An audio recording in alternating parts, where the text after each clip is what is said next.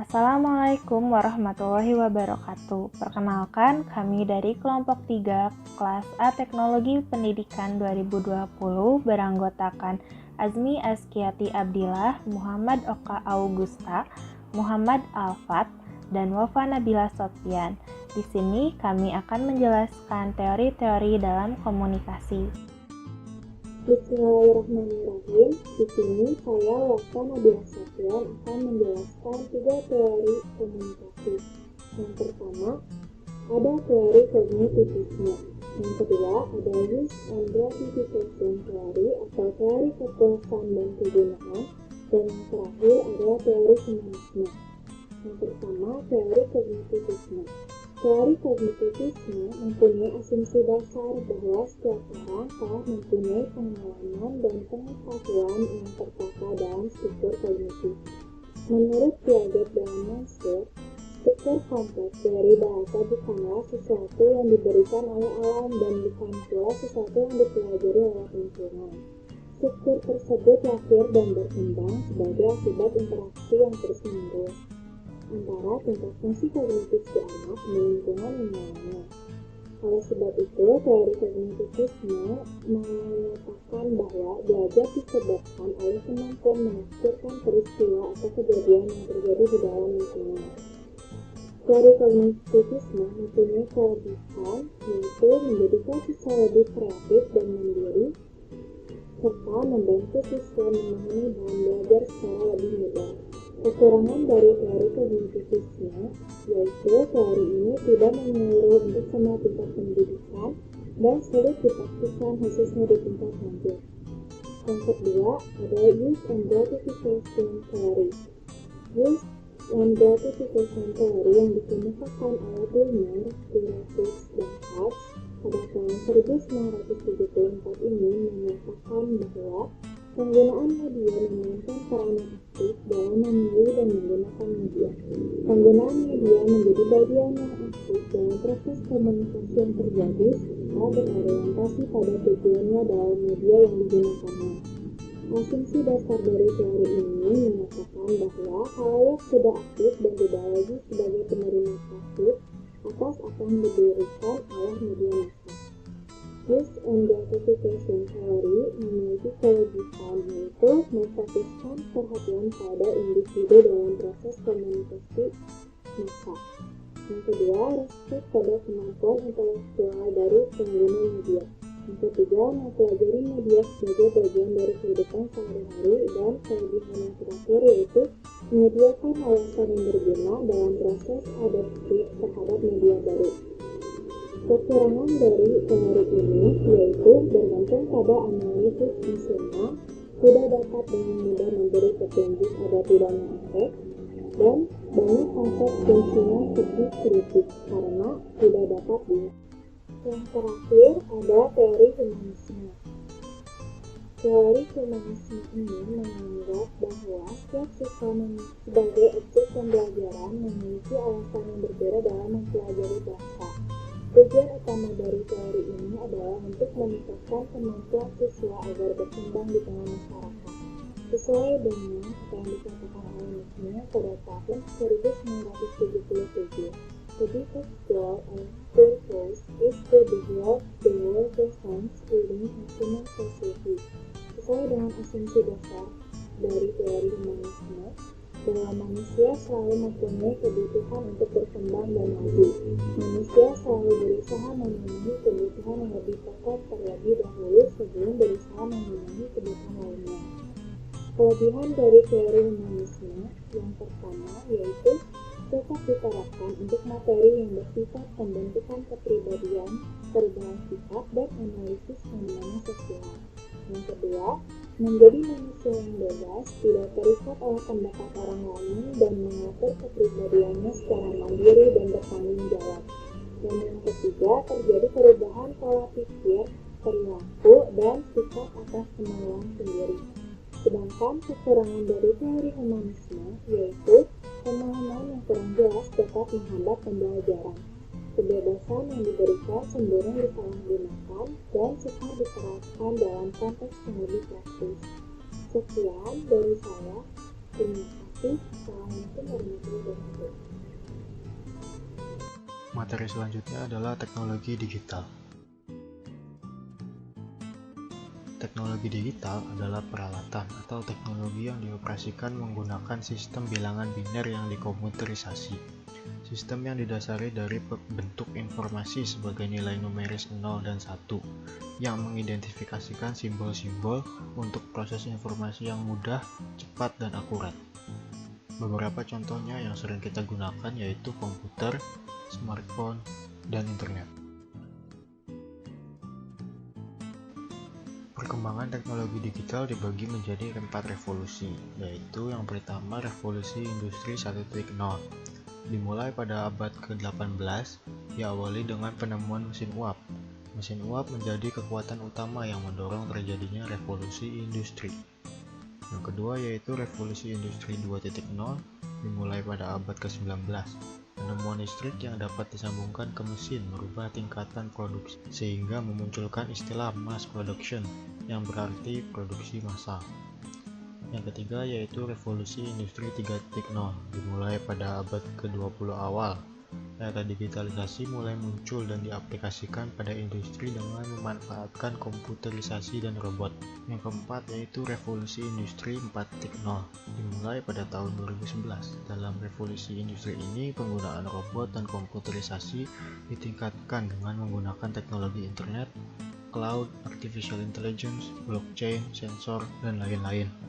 Dalam industri 4.0 ini, mesin-mesin ditingkatkan kecerdasannya sehingga tidak membutuhkan manusia dalam pengoperasiannya. Dampak positif teknologi digital. Yang pertama, mudahnya akses informasi. Dengan internet, kita dapat mencari berbagai informasi yang kita butuhkan. Hal ini dapat memudahkan kita untuk mendapatkan pengetahuan-pengetahuan yang baru yang kita ingin ketahui. Yang kedua yaitu memudahkan segala aspek kehidupan.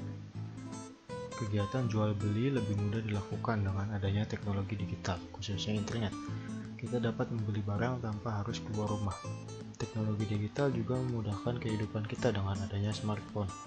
Kita dapat mencatat sesuatu, membaca buku melalui e-book, menghubungi seseorang, menonton video, dan masih banyak lagi hanya dengan satu benda. Dampak negatif teknologi digital. Yang pertama yaitu hilangnya privasi. Segala sesuatu yang kita lakukan di internet akan dilacak dan disimpan oleh perusahaan-perusahaan yang produknya kita gunakan tanpa sepengetahuan kita. Perusahaan-perusahaan tersebut mengetahui siapa kita, di mana kita, apa kesukaan kita. Data-data tersebut dijual kepada pengiklan untuk menunjukkan iklan yang sesuai dengan karakter kita. Semua data-data tersebut juga dapat disalahgunakan oleh orang yang tidak bertanggung jawab. Yang kedua yaitu meningkatkan gaya hidup tidak sehat. Kebanyakan produk teknologi seperti internet, TV, dan game dirancang sedemikian rupa untuk membuat kita susah meninggalkannya dan membuat kebanyakan dari waktu kita digunakan untuk kegiatan online yang dapat membuat kita kekurangan tidur, merasa kesepian, stres, menurunkan kesehatan kita karena jarang bergerak, merusak mata, dan masih banyak lagi. Materi selanjutnya adalah komunikasi antar budaya. Komunikasi antar budaya adalah interaksi verbal maupun non-verbal antara orang yang memiliki latar belakang budaya yang berbeda. Hamid Maulana menyebutkan komunikasi antar budaya sebagai human flow across national boundaries. Misalnya, dalam keterlibatan suatu konferensi internasional di mana bangsa-bangsa dari berbagai negara berkumpul dan berkomunikasi satu sama lain. Sedangkan Fred E. Gent mengatakan intercultural communication generally refers to face-to-face interaction among people of diverse culture, yang artinya komunikasi antar budaya sebagai interaksi tatap muka di antara orang-orang yang berbeda budayanya. Hakikat komunikasi antar budaya. Yang pertama yaitu enkulturasi, mengacu pada proses di mana kultur atau budaya ditransmisikan dari suatu generasi ke generasi berikutnya. Kita mempelajari budaya, tidak mewarisinya. Budaya ditransmisikan melalui proses belajar, bukan melalui gen. Enkulturasi terjadi melalui orang tua, kelompok, teman, sekolah, lembaga keagamaan, dan lembaga pemerintahan merupakan guru-guru utama bidang kultur. Yang kedua, akulturasi, mengacu pada proses di mana suatu kultur atau budaya dimodifikasi melalui kontak atau pemaparan langsung dengan kultur lain. Contohnya, candi-candi yang ada di Indonesia pada umumnya merupakan bentuk akulturasi budaya antara budaya Hindu-Buddha dengan budaya Indonesia asli. Komunikasi antar budaya memiliki fungsi-fungsi, yaitu fungsi pribadi yang ditunjukkan melalui perilaku komunikasi yang bersumber dari seorang individu, dan fungsi sosial yang ditunjukkan melalui perilaku komunikasi yang bersumber dari masyarakat. Fungsi pribadi ada 4 macam, yaitu menyatakan identitas sosial. Dalam komunikasi antar budaya terdapat beberapa perilaku komunikasi individu verbal maupun non-verbal yang digunakan untuk menyatakan identitas sosial. Dari perilaku itulah dapat diketahui identitas diri maupun sosial seseorang. Lalu ada menyatakan integrasi sosial. Dalam berkomunikasi antar budaya yang melibatkan perbedaan budaya antara komunikator dengan komunikan. Integrasi sosial merupakan tujuan utama komunikasi. Seseorang akan memperlakukan orang lain sebagaimana kebudayaan orang lain tadi memperlakukannya. Dengan begitu akan terjadi integrasi sosial antara komunikator dan komunikan. Lalu ada menambah pengetahuan. Dengan berkomunikasi antar budaya kita dapat mempelajari kebudayaan masing-masing. Lalu ada memecahkan masalah. Kadang-kadang dalam memecahkan masalah yang sedang kita hadapi, kita perlu bantuan orang lain. Komunikasi seperti ini yang dinamakan komunikasi yang berfungsi menciptakan hubungan komplementer dan hubungan simetris. Fungsi sosial juga dibagi menjadi 4 macam, yaitu pengawasan. Pengawasan di sini maksudnya adalah menginformasikan kepada masyarakat tentang pengembangan suatu lingkungan. Fungsi ini banyak dilakukan oleh media massa dalam menyebarluaskan perkembangan peristiwa yang terjadi di sekitar kita secara rutin. Lalu ada menjembatani. Fungsi ini menjembatani di antara dua orang yang memiliki kebudayaan yang berbeda. Maksudnya adalah pesan-pesan yang disampaikan dapat dijelaskan agar tidak terjadi salah tafsir dan salah paham. Lalu ada sosialisasi nilai. Fungsi ini digunakan untuk mengajarkan dan memperkenalkan nilai-nilai kebudayaan suatu masyarakat kepada masyarakat lain. Lalu yang terakhir ada menghibur. Perbedaan budaya dapat menjadi hal yang menarik bagi orang dari budaya lain. Oleh karena itu, dengan komunikasi antar budaya, kita bisa menunjukkan budaya-budaya kita untuk menjadi hiburan bagi orang lain. Kita lanjut ke teori komunikasi organisasi. Nah, apa sih teori komunikasi organisasi itu? Teori komunikasi organisasi adalah proses pertukaran informasi yang berupa pesan, ide, gagasan dari komunikator kepada komunikan sebagai anggota organisasi yang terjadi di antara lingkungan yang besar dan luas dengan menggunakan media seperti memo internal, email, konferensi jarak jauh, dan lain-lainnya agar dapat menghasilkan umpan balik atau feedback dari anggota tersebut dengan melewati batasan-batasan gangguan komunikasi atau noise dengan tujuan untuk mencapai proses komunikasi yang efektif dan efisien. Nah, lalu ada 3 asumsi dasar dari teori komunikasi organisasi ini. Yang pertama ada asumsi klasik, modern, dan interpretasi simbolik. Berdasarkan asumsi klasik yang menyatakan bahwa organisasi merupakan tempat berkumpulnya orang-orang yang diikat oleh aturan untuk mencapai tujuan yang telah ditetapkan. Lalu menurut asumsi modern, anggota dalam organisasi bekerja sama dalam sebuah sistem untuk menghasilkan suatu produk dengan menggunakan energi, informasi, dan bahan-bahan dari suatu lingkungan. Yang terakhir, asumsi berdasarkan interpretasi simbolik yang menyatakan bahwa organisasi memproduksi situasi melalui pemaknaan atas simbol-simbol verbal atau non-verbal yang terjadi dalam organisasi tersebut. Lalu ada 2 dimensi dalam komunikasi. Yang pertama, internal, yang kedua eksternal. Komunikasi internal merupakan interaksi yang terjadi dalam lingkungan kantor atau organisasi tersebut, Sedangkan komunikasi eksternal merupakan interaksi yang terjadi di luar organisasi atau luar kantor tersebut, seperti pimpinan kantor dengan kliennya. Nah, adapun jenis dari setiap dimensi komunikasi ini. Yang pertama, dalam komunikasi internal terdapat personal communication atau komunikasi yang terjadi antara dua orang saja. Lalu ada group communication atau komunikasi kelompok. Komunikasi ini terjadi lebih dari dua orang. Nah, jenis dari komunikasi eksternal ada dua, yakni organisasi pada halayak dan juga komunikasi halayak pada organisasi. Nah, adapun dalam setiap teori pasti memiliki tujuannya masing-masing. Seperti dalam komunikasi organisasi ini, tujuannya yaitu setiap anggota bisa saling membagi informasi yang mereka ketahui. Lalu setiap anggota juga dapat menyatakan pikiran, pandangan, dan pendapat anggotanya. Anggota juga dapat menyatakan perasaan dan emosi, juga dapat melakukan tindakan koordinasi atas sesuatu yang terjadi atau akan dilakukan dalam organisasi tersebut. Yang terakhir ada kelebihan dan kekurangan dari teori komunikasi organisasi ini.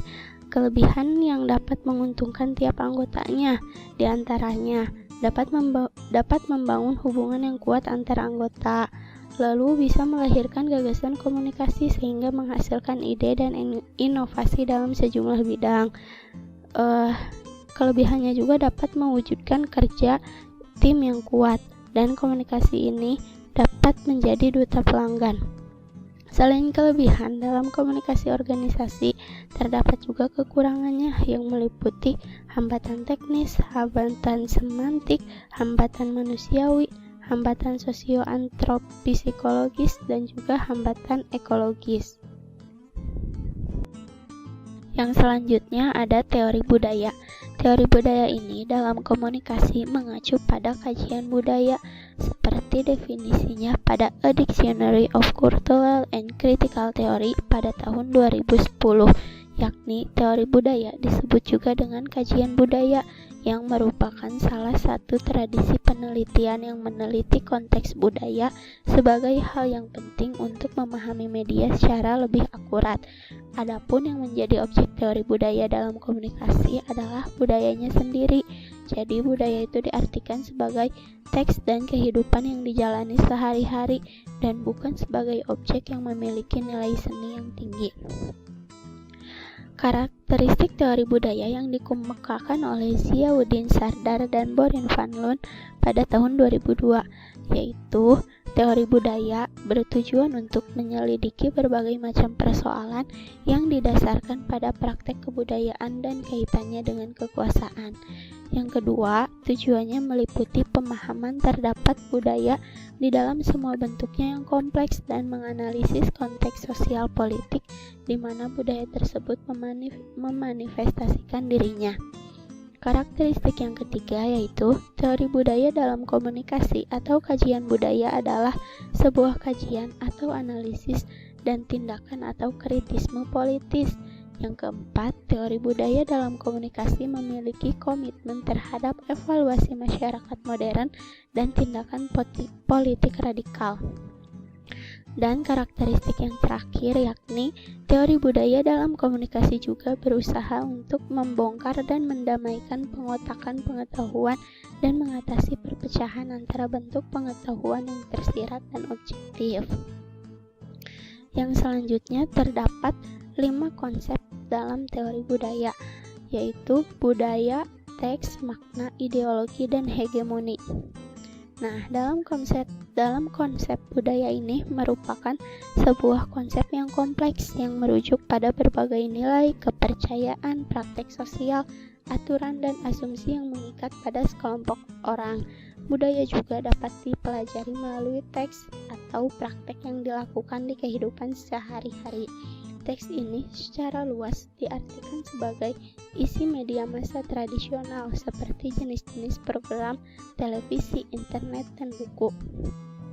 Teks tersebut dalam teori budaya memiliki makna masing-masing, yakni makna ini diartikan sebagai interpretasi yang dibawa oleh anggota halayak dari teks. Dalam teks juga umumnya berisi ideologi tertentu. Secara luas, ideologi diartikan sebagai seperangkat ide atau kepercayaan khususnya yang berkaitan dengan subjek-subjek sosial dan politik. Dan yang terakhir ialah hegemoni yang berkaitan erat dengan kekuasaan dan dominasi. Hegemoni juga tidak didasarkan pada paksaan atau kekuatan, melainkan bergantung pada kelompok dominasi yang menerima posisinya tersebut. Selanjutnya ada jenis teori dalam teori budaya. Yang pertama ada teori interpretif mikroskopik dan teori struktur makroskopik. Teori interpretif mikroskopik ini menitik beratkan pada bagaimana setiap individu dan kelompok sosial menggunakan media untuk menciptakan dan mempercepat bentuk-bentuk budaya yang membentuk kehidupan sehari-hari mereka. Sedangkan teori struktur makroskopik menitik beratkan pada bagaimana institusi media distrukturkan di dalam ekonomi kapitalis. Teori ini juga memusatkan perhatiannya pada cara elit sosial mengoperasikan media untuk meraih keuntungan dan memengaruhi masyarakat. Yang terakhir, ada kelebihan dan juga kekurangan dari teori budaya ini. Kelebihan dari teori budaya ini yaitu menitik beratkan pada bagaimana individu membangun pemahaman mereka tentang dunia di sekitar mereka, dapat mempertanyakan peran media, dan dapat menghargai kemampuan anggota khalayak dalam mengonsumsi isi media. Nah, selain kelebihannya, terdapat juga kekurangan dari teori budaya ini, yaitu terbatasnya penjelasan mengenai kekuasaan pada tingkat makroskopik, terlalu menitik beratkan pada perbandingan antara efek individu dan efek masyarakat, serta kurangnya validasi ilmiah, dalam artian lebih mengutamakan pengamatan subjektif, dan ketika subjektivitas diuji secara ilmiah, kerap kali menggunakan metode penelitian yang kontroversial. Baik, di sini saya Muhammad Alfat akan menjelaskan tentang teori fungsional dan juga teori psikologi komunikasi. Tokoh teori fungsional ada satu, Auguste Comte, yang kedua ada Emile Durkheim, dan yang ketiga ada Herbert Spencer. Pengertian teori fungsional menurut Emile Durkheim adalah teori komunikasi yang menjelaskan susunan masyarakat sebagai bagian tatanan sosial yang mengindikasikan bahwa memiliki hidup harmonis. Terusnya ada kelebihan teori fungsional. Yang pertama, memperlakukan bahasa sebagai alat untuk menyampaikan dan memahami atau transmit. Yang kedua, pengguna bahasa diutamakan secara lisan dan kontekstual. Dan yang ketiga, teori fungsional lebih berkaitan dengan faktor-faktor sosial daripada proses-proses psikologis yang rumit dalam bahasa.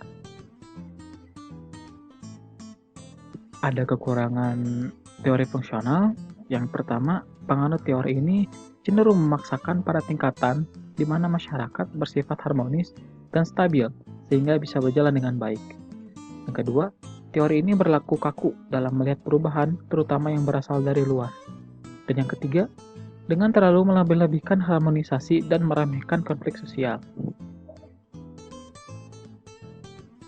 Selanjutnya, ada teori psikologi komunikasi. Pengertian psikologi dan komunikasi.